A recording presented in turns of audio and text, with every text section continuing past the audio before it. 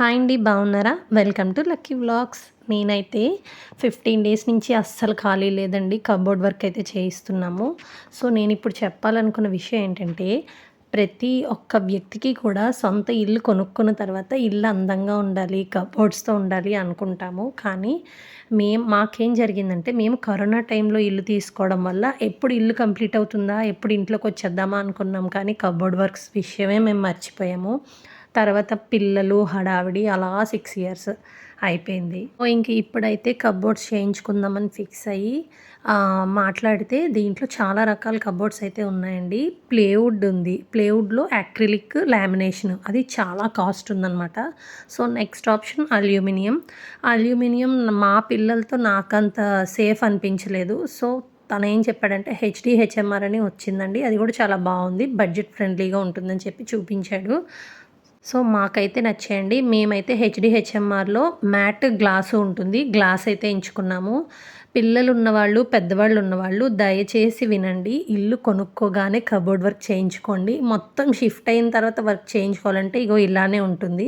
నాకైతే చాలా ప్రాబ్లమ్ అయింది. మొత్తం ఎవ్రీ గది చేసినప్పుడల్లా సామానంతా దింపాలి. మళ్ళీ ఆ గది కంప్లీట్ అయ్యాక సర్దాలి. నెక్స్ట్ డేకి పక్క రూమ్ ఖాళీ చేయాలి.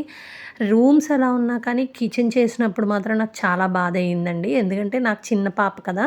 సో బాబునైతే హాలిడేస్‌కి అమ్మమ్మ వాళ్ళ ఇంటికి పంపించాను కానీ ఇది ఇంకా వెళ్ళలేదు. సో హాల్‌లో పెట్టుకొని వంట చేస్తూ, పాపను చూస్తూ ఇవన్నీ సర్దుకోవాలి అంటే ఇట్స్ వెరీ డిఫికల్ట్ అనమాట. సో కొంచెం రేట్ ఎక్కువైనా సరే లేట్ కాకుండా ఇంట్లోకి షిఫ్ట్ అవ్వక ముందే కబోర్డ్స్ అయితే చేయించుకోండి.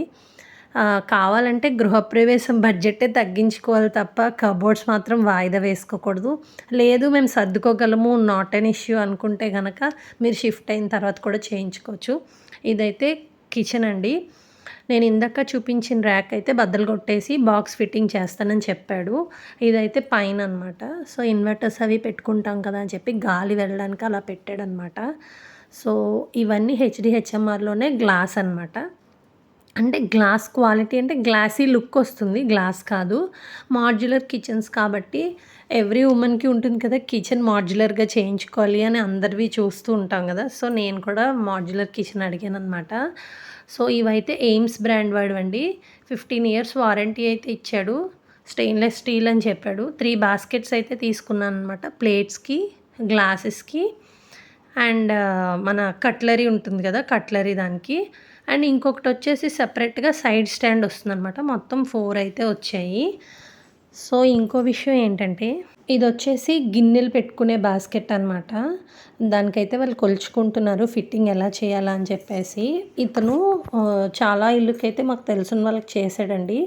సో ఇంకా మా హస్బెండ్ కూడా చేసాడు కదా అని చెప్పి అయితే పిలిచాము. ఇదైతే కంచాలవి పెట్టుకోవడానికనమాట. అన్నిటికి వాడు వారంటీ కార్డ్ అయితే ఇచ్చాడు. అండ్ ఇంకోటేంటంటే కట్లరీది కూడా ఉంది. సో వాళ్ళు ఈలోపే అక్కడ ఫిట్ చేసేయడం వల్ల నేను మీకు చూపించడానికి అవ్వలేదు. వాళ్ళు అలా సెట్ చేసుకుంటున్నారనమాట. సో మళ్ళీ డిస్టర్బ్ చేయడం ఎందుకులే అని. ఈ సైడ్స్‌ది వచ్చేసి గ్లాసెస్‌దనమాట. మనకి ప్రతీది కూడా ఉండాలండి. ఎందుకంటే తర్వాత మళ్ళీ ఫిట్ చేయాలి అంటే అవ్వదు. సో వాళ్ళు చేసేటప్పుడే మనం అక్కడ ఉండాలి. నా హెచ్‌డిహెచ్ఎంఆర్ షీట్ అయితే యాక్షన్ తెస్సా అనమాట. సో అగో చూసారు కదా! మీకు అక్కడ కనబడుతోంది బ్రాండ్ నేము. యాక్షన్ తెస్సా అనమాట. ఇంకా హాలు, పూజా రూము ఉంది. ఒకవేళ మీరు గనక చూడాలి అనుకుంటే నేను త్వరలో మంచిగా పెడతాను. సబ్స్క్రైబ్.